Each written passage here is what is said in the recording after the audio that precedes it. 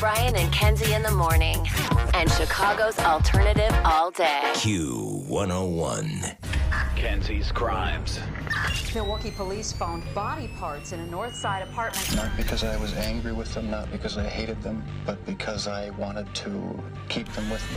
Believe me, if I started murdering people, there'd be none of you left. This is evil, what those people have done to me. C says Heaven's Gate away team. I'm not guilty. Q101. Brian and Kenzie on Q101 with another edition of Kenzie's Krimes, a deep dive into a local murder mystery drama. As Kenzie brings one to us each week, Kenzie, you can take it away. Now, this is an infamous one. As we get into it, lots of requests. So on November 17th, 1978, 4 young employees, 17-year-old Ruth Shelton, 16-year-old Daniel Davis, 16-year-old Mark Flemons, and 20-year-old Jane Freed, were finishing off their shift as fast food workers at a restaurant called Burger Chef in Speedway in Indiana on 5725 Crawfordsville Road. So Burger Chef was a popular fast food chain. However, they do no longer exist because Hardee's bought them out in the 80s. And just to give you like a little taste for how old school it is, we do have a commercial. Open wide, America. Burger Chef's got thick, juicy, terrific burgers for you. 100% all beef. We really work hard to serve them hot and delicious, so you can take them to our works barn and make them taste even better, the way you want them. You're gonna love our burgers. Open wide, America, you never can forget.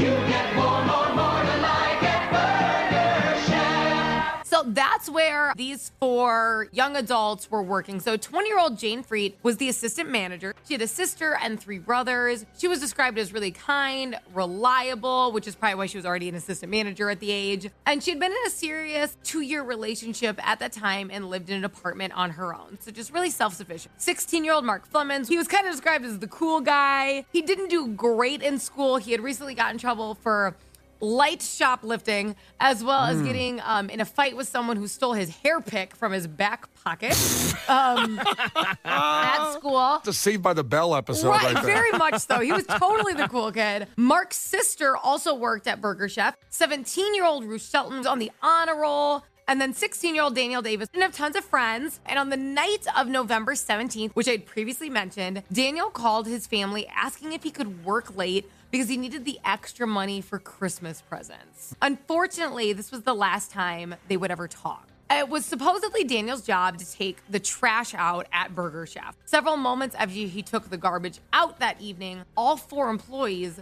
disappeared. 2 employees who weren't working that night drove past the Burger Chef and noticed Jane, the assistant manager's car, was gone and the restaurant was dark. After dropping off the girl in the car, Brian, who was the coworker who was driving, he decided he wanted to actually stop at Burger Chef and help them clean up, since one of his friends was working that night and had previously done that for him. He immediately noticed the back door was cracked open, and upon entering the restaurant, realized something was very wrong. The cash register drawers were on the floor with nothing but coins in them, and the safes were also open. The girls' purses were still in the restaurant. However, there were no signs of any kind of struggle. Another Burger Chef employee, who was named Paul, stopped by. Brian explained to him what he thought had happened. He's like, wait, everyone's gone. It looks like somebody broke in and there was a robbery, but no struggle. What's going on? Paul claimed he wanted nothing to do with it, and he left, like hijacked it out of there. That is when Brian called the police. And I'm going to pause right here because what the police do is what makes this case so confusing. We're about 3 minutes away from the conclusion, but I do find it in this terrible situation hilarious. The one guy just said, "I'm bailing. I don't want anything to do with this." I can relate to that guy. Yes. I don't want to get into this at all. I'm just leaving. Well, I'll tell you what, there's actually something weird about him showing up too, so I'm going to get into that later. Okay. That also sounds like you. You're weird when you show up. Facts. All right, 3 minutes away. We have the conclusion, the Kenzie's Krimes right here with Brian and Kenzie on Q101. Brian and Kenzie. On Q101. 101. Brian and Kenzie on Q101 with the conclusion to Kenzie's Crimes. He started just 3 minutes ago. And Kenzie, you want to get us caught up before we continue with the new stuff? So November 17th, 1978, 4 young employees who were working at the Burger Chef in Indiana went missing. Coworker named Brian, who wasn't scheduled, stopped by that night to help out one of his friends who was working. And that's who noticed the door unlocked, the cash registers on the floor, the girl's purse is still there, but no signs of struggle. Now, when he was there, another coworker who wasn't scheduled named Paul showed up and then hightailed it out of there saying he wanted nothing to do with this, okay? Brian, it's just, you're nuts. I'm okay. sorry, I love this guy. So Brian called the police. Within 15 minutes, the police showed up. Brian explained to them that it was actually very strange for Paul to show up the night because he was scheduled to work that evening and never showed up for his shift. The police immediately didn't take this case very serious, and it set us up for failure. They came to the conclusion on their own that the employees took the about $581 that were in the cash registers and went out to have fun with it, which doesn't really make sense. They even told the employees of the morning shift to go ahead and clean up as normal. So basically, the crime scene was scrubbed clean. The day after is when police started calling the parents and talking to potential witnesses. A woman claimed that 2 men came into the Burger Chef that night for only a few seconds and left without ordering anything or speaking to anybody. She described them as white men who looked kind of dirty and a little bit eerie, okay? Guilty. Yeah, that's so Case was at the Burger Yeah, Chef. Case was there. The FBI shortly after got involved. You never believe what the police did. They went back to the Burger Chef and staged crime scene photos to send the FBI because they didn't want to admit to the FBI that they didn't do their job and take photos that night, and they told the employees to clean it up. Smart. So they smart sent the move on their photos. Very smart. Well, you got to hand it to Genius. them. Job security, And the FBI said they always knew something seemed off about the photos, okay? Because they were eating a combo meal in the pictures. Not good. So Mark Fleming's friend was at Galaxy Disco that night, which was a teen club that was super close to Burger Chef. And he planned to meet up with his friend at around 11:30 so they could walk home together. So he ended up not leaving until like 11:55, and he walked past the Burger Chef. The lights were on, and he noticed 2 men standing at the counter that weren't in uniform. He actually felt relieved because he was like, oh, good, I can still walk home with Mark. So he jogged over to the restaurant, and he said when he got there, he knocked on the glass, but nobody was inside the restaurant. It was completely cleared out by the time he ran up there. So he decided to go around the back because he knew that he did a lot of cleanup, and he noticed that the door was propped open. He called out for his friend multiple times, but there was no response. He didn't see anybody, and then he got kind of a weird feeling and decided to head out. Multiple people that evening claimed to have seen the 2 white men that came across as dirty and sketchy. There was actually a Dunkin' Donuts nearby, and people from that business claimed to see them there too. The next day, November 18th, police find Jane's abandoned car next to a park not far from the restaurant. On Sunday, November 19th, a couple was walking on their property and came across all 4 of the Burger Chef employees' bodies.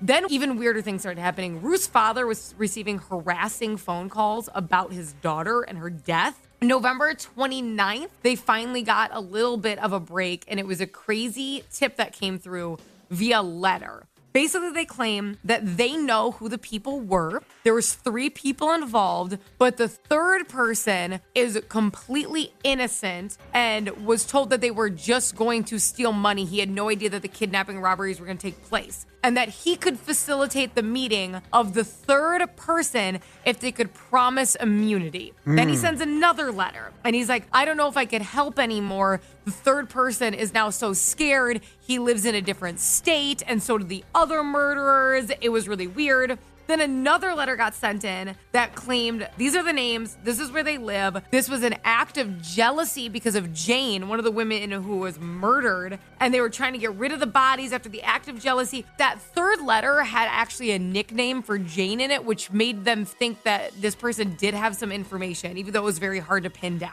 Those 2 white men that were getting described by so many people, when one woman was giving her information, she said the officer that questioned her that night looked like one of the dirty white men that everyone was describing. She was like, I think it was the officer that was questioning me later. She insinuated that. Years later, November 1980, another crazy letter came in. He claimed he was a customer that survived the night and that he did Russian roulette on him and the gun didn't go off. And they made him hold the gun up to Jane and they pulled the trigger and he would come forward next June after he clears some things up in his life to say who did it. What? In 1981, Jane's brother, one of the people murdered, was arrested for being part of a large cocaine ring. So now the rumor was this a retaliation in the drug world? A newspaper at the same time of this big drug break claimed Mark Lemons, who was murdered that night, was in fear for his life right before the murder and that he owed a drug pusher $7,000 and he was in fear that he might be killed. So reportedly, not long after this, the man who wrote the letters visited the FBI and told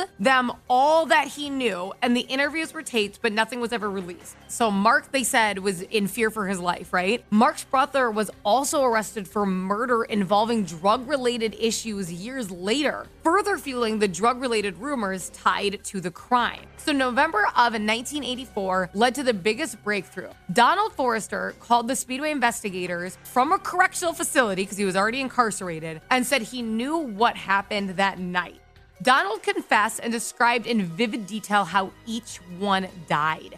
He says Jane's brother owed money for drugs, and they decided to go harass Jane at work. Mark tried to stand up for her, which led to a fight. They fought him, and when they hit him so hard and he fell to the ground, they thought that he died, but he was actually just unconscious. And then they realized they needed to get rid of all the witnesses because they thought they killed somebody. He then shot Daniel and Ruth and helped kill Jane. They put them all in the cars, drove away. There was multiple of them, and killed them in the field. Okay. God. And Donald did make a few claims, like knowing where bloody boots were and a murder weapon that didn't check out. Now, potentially, these things have been moved because it was so many years later, or he was lying. Donald's ex-wife said at the time they were together, and 2 weeks after he committed the murders, they went to the field and picked up all the shell casings, and Donald flushed them down the toilet. Guess what? This checked out. The police went to the septic tank and were able to find those shell casings. Now, Donald decided to redact all of his statements and said that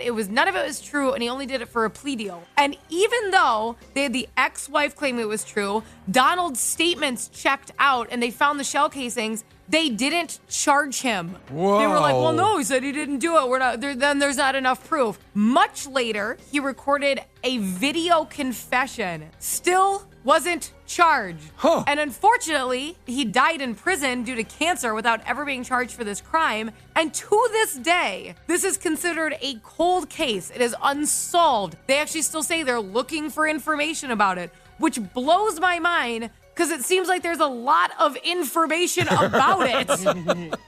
And the last detail I will say is that Donald included, and they haven't been released to the public, Donald included the names of the other individuals he said were part of the crime. So it seems like anyone behind the scenes would have so much information on this. It's unbelievable.